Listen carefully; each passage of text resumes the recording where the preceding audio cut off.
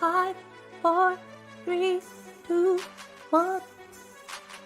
This is episode number 414 of WPwatercooler, cybersecurity during global conflicts. Welcome to the future. I'm Jason Tucker. You can find me at Jason Tucker on Twitter. I'm Steve Zehngut. I'm the founder of Zeek Interactive, and I run the OC WordPress meetup. I'm Say Reed, and I stand with Ukraine at Say Reed Media on all the things. And y'all know who it is. It's your boy Jason Cosper, aka Fat Mole Mike, back at it again on the world's most influential WordPress podcast. And you can go follow that podcast on Apple Podcasts, Google Podcasts, and Spotify. You can follow the podcast or the podcast. The podcast. The podcast. Look, we have a visitor. Hey, Robert, how you doing today? Hello, everyone. Somebody. Robert, Good to have you on again, that. Robert. We had Robert for those folks that watch or listen to both this show as well as Dev Branch. We had Robert back on back in December, and it's good to have you back on again. We really appreciate that. Robert works over at Patchstack, and you're a advocate of, is it Security? Surprise! Wait, Robert, this is a serious topic, but I do want to, in honor of you being from Patchstack, I did want to say to you, Patchstack, get on the floor, Patchstack, and secure some more. That happened? That happened. I guess I'm applaud. You should have told me. I could have put some music on while you were doing that. So here, go for it. Copyright. It's the karaoke section of the water cooler. So for a 30-minute show, let's discuss a little bit about cybersecurity. Where shall we begin? How about in Ukraine? All right. Just a random spot. Just random. Wow. There are no good, like, every analogy or metaphor I try to use is like just really inappropriate. So I will begin the conversation just by asking, when something like this happens, when, when sovereign nations are invaded, I don't really know how to phrase that. When something like this happens, for all of the normal day-to-day businesses that are happening there, all the normal transactions, when you have an actor like Russia, who is known for their hacking capabilities and have hacked Ukraine multiple times before, now it becomes a whole nother level of attack, really. Wow. I'm just going to shut up. Anyway, point is, how do we, like, how important is it that all of those small avenues are secured, not just the big ones? It's critically important, right? I mean, I don't have a ton of experience in state actors attacking other sovereign nations because, well, I don't think it's happened very often in our life. Fortunately. But we're finding out, we know a lot about previous cyber attacks where the small little out-of-date device in a corner, I think it was Target, it was a AC or an HVAC system. Yep. There was a casino once that got hacked via I think the story was an aquarium. Like a pump, an automated pump that was connected to the internet. Oh, so all these little things that all are the located Internet of Things, IoT, yeah, especially IoT. But WordPress sites are not exempt, right? They're allowed to, they run code, and if they get compromised, they get access to a little bit more network. They get access to a little bit more secret information, and that could be the stepping stone or the pivot point for a more serious compromise. So all aspects of security are important, I think is my point. Really fun episode. Yeah. I can be happier, sorry. No, there's no need for you to be happier. I'm just literally like, just, taking in what you say. Our tone is usually, a lot lighter, but this isn't light. So we don't got to fake it. Now, Ukraine is, under cyber attack. Like, there are a lot of attacks going on. We were talking a little bit in the pre-show. Robert, you said that attacks, you saw a surge in attacks on Ukraine when the actual, like, war started happening. But you were saying that maybe that wasn't like the biggest push. Yeah, I think we're talking about how like that first weekend after it was announced that Russia had begun advancing in Ukrainian territories, that we started hearing news, right? Like people were hacking stuff, like this went down, that went down. I think there was a cool story I read about I think it was a gas station or an electric charging stations, that all of the words on the billboard for it were, or the charge ports, like they were all changed to I think it was anti-Russian or anti-Ukrainian phrases. This is like a form of hacktivism, right? So that first weekend, we saw a lot of hacktivism, a lot of people kind of just taking whatever they could get and putting up notices because they felt passionate about whatever what was going on in the world, like a lot of people did. And then we also saw a lot of internal threat actors, right? Or internal threats, which was people defecting. In the cyber underworld, there was actually a very popular spyware group, Conti, which some of the people were Ukrainian, some of the people in that group were Russian, and they did not see eye to eye. What happened was, I believe the Ukrainian side got upset and began leaking basically the biggest leak of like cyber, like bad guys. It was all their jabber logs, right? It was all their communications. And there was, completely unprecedented. We've never seen that. Typically people don't defect like that. And that was the first weekend. And people were talking then that like, this is the new avenue of cyber war. But I know a little bit more about how cyber attackers work. That was just the first step. That was all the low hanging fruit. Right. That was just cyber cyber rattling. Saber rattling. Saber rattling. I like it. Exactly. Yeah, but what it was is people began to defect and they started just taking whatever low hanging fruit. If they had access and they wanted to just stick it to somebody, right? They were upset, they were angry, emotional. They did something. And they found insecure systems, right? Things that were already vulnerable. That's the first layer, though. The next layer is actually the more serious concern, because it'll take, like, imagine you're out there scanning a whole network and everything is secure. Well, not everything's perfectly secure. As in secure, we can say no known vulnerabilities. Well, it takes a couple of weeks to go find some vulnerabilities. So right now we're in the middle of it. Yeah, they're poking, they're getting intelligence, and we may see some more bigger events in the next few weeks. I mean, who knows what? We could hopefully not, but it would be the next few weeks where people could start identifying what systems they want to target, start getting that software themselves, and start looking for undisclosed vulnerabilities. And we're not at that point yet. So if my WordPress credentials are admin password, I should probably change that. You should turn on 2FA. The password wherever you want. What if it's password with a zero instead of the O? Was that that'll buy you S's or Z's? Oh, Robert's never heard of this. This is such a.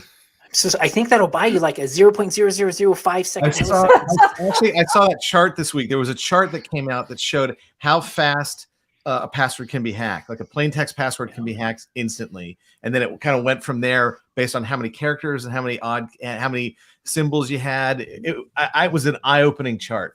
But just to be clear, the end of that chart is all like years hacked, yes. hacked, and then it's like industrial level, enterprise level passwords where it stops hacking. Like it could probably hack. Like it. Yeah, my passwords were definitely in like the hundreds of years it would take to hack. So I felt that's good. Safe. I felt safe there. You won't have to change your password for 100 years. Yeah. Yeah. Great. My grandkids will inherit my passwords. So to dovetail on what Robert was talking about how attacks are going to start ramping up, it's like, okay, I'm sure some of our viewers are thinking and some of our listeners are thinking like, oh, okay, well, I'm not in Ukraine. I'm probably cool. And no one's cooler than Ukrainians, but okay. I just want to be right. You're not getting shelled, but your sites are not really in the best. I mean, if you stay up to date, if you there was a security release of WordPress last night. Yeah. Oh, there was. Oh my God. 592. And Surprise. This is like I Yeah. turned on my computer to come on the show, so thank you for updating me. Yeah. I didn't find out about it until like 8 or 9 last night because I quit the work day at 6 o'clock. It came out at like Good 6:30. And then I started getting auto update. Now I haven't turned auto updates off on some of my sites. I started getting auto update notices in my email and went, oh crap. Let me go look at the rest of my sites right now. Well, Because so I would say that it's not just about Ukraine, right? So we've seen before old WordPress sites get strung together into botnets, right? Like, and Yeah. that's been done before. And then it uses, it's a little far out of my wheelhouse, but in layperson's terms, it basically uses all of that computing power to do other stuff, right? Yep. I mean, basically, so we know that Russia, for example, is extremely proficient in technology, and they probably know about WordPress specifically, and that 40% You think? of the web. I mean, they may have heard of it. I'm just saying, like the White House's website is on WordPress. You know, those little- WordPress runs 40% of the internet. yeah. I wonder what the built with is in Russia, like built with. That was probably not appropriate, but I think it's pronounced exactly like that. yeah. I'm gonna keep shoving my foot in my mouth. My point is that with those continuing up, like it almost puts like the impetus more so than it's just protecting our sites and our client sites, and they need to not be hacked. In a way, it's a form of security more for the world, or at least you're not going to participate in that. Like, if you have all of these sites that they could use those resources, like by hardening your site, putting on, upgrading to 5.9, whatever, you're preventing that avenue from being a possibility, right? yeah, I mean, everybody, it's like the GIF that goes around from Starship Troopers, where people just turn to the camera and say, "I'm doing my part."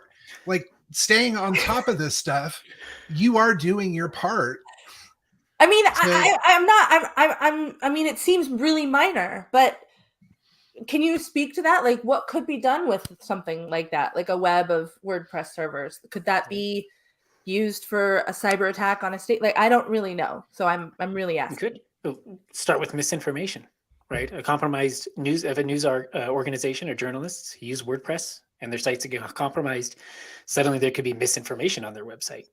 Which is Russia's favorite little fun thing to it's do. all about trust, right? You trust that organization to give you the information. Somebody hacks them. Now they're giving you the wrong information, and that could be terribly bad. Of course, that's easier to clean up because Right. it's obvious that the Well, attack not has once it happened. gets out there, because you can't reach all those mines. After the fact, yeah. But then There's no security for the mine. I want to read Snow Crash again. But the other thing too is that they could compromise and you mentioned it, just use it as a resource, right? It can be used as a pivot point, like a VPN sort of, like basically a tunnel to attack other resources. Yep. And if you ever dealt with DDoS, right? Like a lot of the times DDoS, it just means they had a lot of bots, and all those bots just pointed at one source, and things started going down. We saw that, I think, in the first weekend, voluntary DDoSing. People were recommending, like, hey, go hit these websites. And then I saw one, I don't agree with this, but it was a JavaScript bot that you just load this website and it's going to immediately ping a bunch of target websites, and then just uses your browser to voluntarily participate in a DDoS, which ultimately just wastes, in my opinion, because I've done network administration and worked at hosting companies. Like, it just wastes so much resources because you're angry and you want to like shut something off that you don't agree with. I mean, but if that were being used as a weapon in a like, if someone's resources are being tied up with managing, the system that they're trying to fix, then they're not doing other things. So it can just be like a, busy work, to keep everyone distracted, keep everyone, like in a spy movie where they're like, oh, there's a fire over there, and they like all sneak past on this side. Yep. Right. It's just like that. It's just like that. It is exactly like that. So all right. So we individually can kind of do something by keeping our stuff up to date, right? Everything. What else are we What looking about at the here. vulnerabilities? Yeah, like what Yeah. about the vulnerabilities that are out there? I know that just looking at the stuff that you guys are doing over at Patchstack, you guys are collecting the vulnerabilities that are there. And even during our pre-show, we were talking about just like how many of them are just the same damn thing over and over and over again. And there's a reason why for that. So how do we start looking at that, Robert? Yeah, so what Patchstack recently did, we just released our security white paper. We reviewed 2021 for WordPress security concerns, and we found some really interesting stuff. And I wanted to start with like, what's a vulnerability and what's a security bug, right? That's Steve's job. He has to read that out of Wikipedia. Sorry. No, No? Oh, you're gonna let him do it this time? Go ahead. Okay, fine. good. The This is your Patchstack guest, so- Patchstack in 2021 started this, what we call Patchstack Alliance. It was originally called the Red Team, but we're calling it the Alliance now because we're trying to bring together security researchers who find security bugs. You could also say vulnerabilities, but I say they're security bugs because then we report those to the developers and the developers patch those security bugs. And in 2021, there was an increase of 150% of the number of security bugs found in WordPress components, open source WordPress components. Now, you would think this is more vulnerabilities, but think of it this way. It's more bugs found that already existed. They were unearthed and they were reported to the developers so they could get addressed and secured better for the whole community. Okay, this is something that, is it that there were more bugs or just that you found more bugs? Like, is it just a matter of perspective that you're saying that? Or did you just really just find more bugs because you had a better team or something? I don't think we know how many bugs are in the code base. Like, we don't know that until we look. And we're finding more now, right? The vulnerabilities exist. I don't know. Yeah. I know how many bugs are in the code base. Were they new bugs or were they old bugs is what I mean. Like, were they new things introduced by new versions or were they old things? Yeah, these are bugs that are, they're in the code base. I do not know. We didn't look into when were they introduced, but these are bugs that typically have existed for some time. It wasn't like we found a new feature and we're just hacking those new features. We're just looking at the code base, right? And the WordPress plugin repo alone is just one code base that has tons of source code. What is it, 40, 50,000 plugins, 60,000 maybe? I don't even know how many. I guesstimated the lines of code is like in the 10 million. 12 million, I'm sure, but it's just so much code. And how much of that is dashboard admin notification? Sorry, 20%. We could save a couple million if we just took those out. By the way, I know how many bugs are in the code base. All the bugs. All the bugs. Sure. Every last one. So let's look at a recent security issue in some WordPress plugins. There was that issue with Freemius and plugins that utilize Freemius in their code base. Robert, do you remember offhand how many plugins there were that? I think it was between 600 and 800 plugins were utilizing the Freemius SDK library. So these are the developers built their code, and the Freemius SDK is a good thing, right? He makes it simpler and easier to build robust plugins. Unfortunately, the code base also included one or more, actually a few vulnerabilities. One known. One known. There was actually, I think, 3 known in the end. And it ended up affecting every site that was using this library, I think, times 3. So 600 times 3. So it was like 1,800 vulnerabilities. And we, at Patchstack, we had to add like the 1,800 or whatever the number was, vulnerabilities into our database all at once. Wow. Now, the big problem there was that, so much. the responsibility there, we're talking about responsibility earlier. The responsibility there was on the developer to be aware that they needed to update this library, right? They needed to go and update the library, and then they need to inform their users, hey, please update the plugin. So it's that's, I think, when we say supply chain attacks or supply chain security, that's where we're talking about. We're talking about how many people need to know down the line that they have to perform an action. I would also like to say that as that line progresses, people care less and less. Like this person, you know what I mean? Like the security person who finds it really cares, and then maybe the developer cares, and then they tell their person, their client, and then their client tells their client, their customer tells their client. It's a game of telephone everywhere along the line. Somewhere in that chain is going to be an abandoned plugin. Yes. And that's a Right. big I'm gonna issue we throw found. up. This is so ridiculous.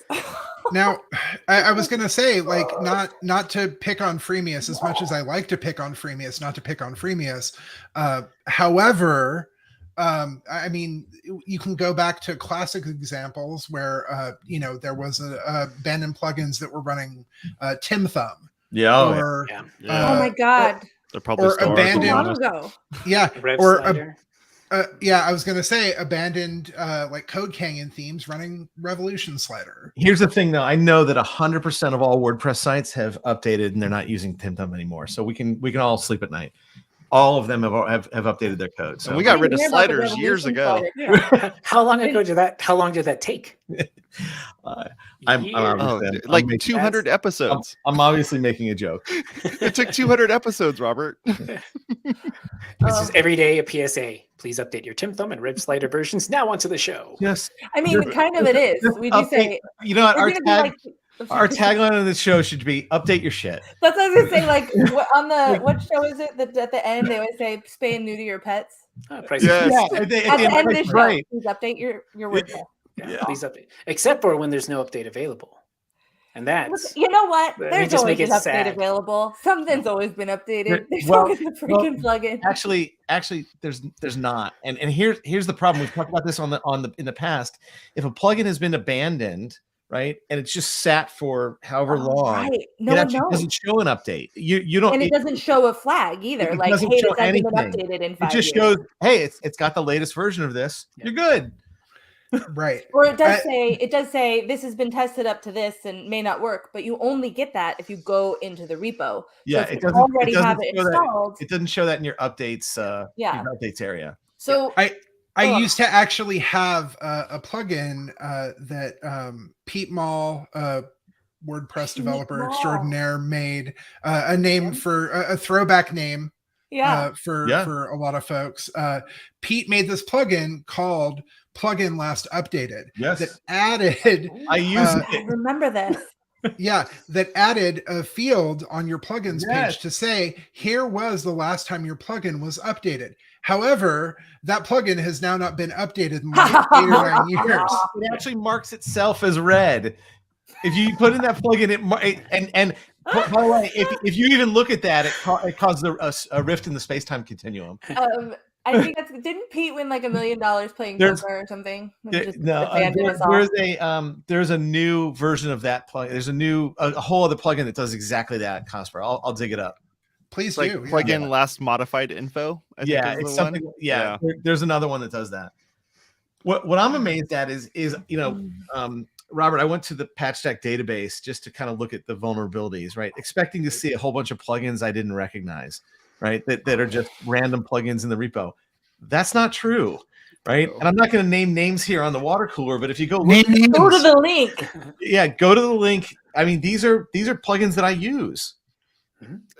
It's like some little small one that's like a. We're not gonna name names. It's only got someone- 1 or not- 2 oh, million installs. Names. We have our favorite one though, which is Contact Form 7, which we're allowed to say all the time.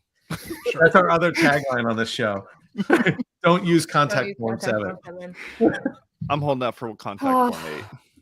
So okay, just getting back to kind of the global security kind of thing. Like, can you put on your wizard fortune telling hat for a minute? Your predictability hat. Are you Always looking looking for for one? it. Are you I have a looking for cat it? bed.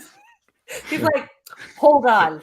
Oh my God! It's just a cat bed. Is that a trash can? It's my cat's bed.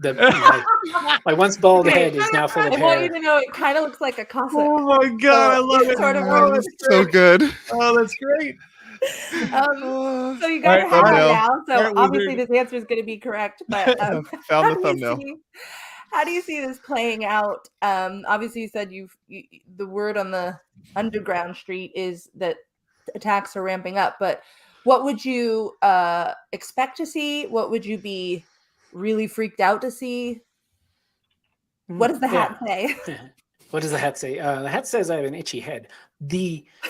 Hopefully you're not allergic. The likelihood we're going to see is more hacktivism, right? We're going to see a lot more people working outside of, but sort of next to state actors. Like they're going to represent states, I think.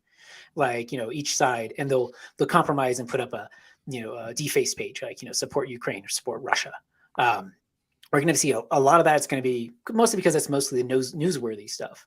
What I think is going to happen, like definitely is going to also be happening, is more leaks, and we're going to see those come out a lot slower. Heck, even in the U.S., I'm thinking back about 10 years ago, the Office of Personnel Management, they had all of the military personnel's like social security numbers and et cetera leaked. So I don't know what further information U.S. military people can lose, but I'm sure this will also happen in Europe and other countries. We're going to start seeing big leaks. We're probably going to see chat log leaks, and a lot of that intelligence is going to come through that. What impact will, a lot of hosting companies have cut off access for Russia, and I haven't been tracking all of the different things that have been happening, but Russians have already had to use VPNs to access a lot of Western or just other information sources. So do you feel that the digital curtain, as it were, is enough to block stuff, or is there just enough access already? Well, as long as we live in countries that have free and open internet, we're also exposed. And some countries have locked down their internet, so they're going to be a little less exposed. But I appreciate being in with the more free and open and kind of dangerous part of the internet, but you get as much information as you can this way. Yeah. So basically, they're going to be like on a boat, like right outside of the U.S., like trying to get Wi-Fi.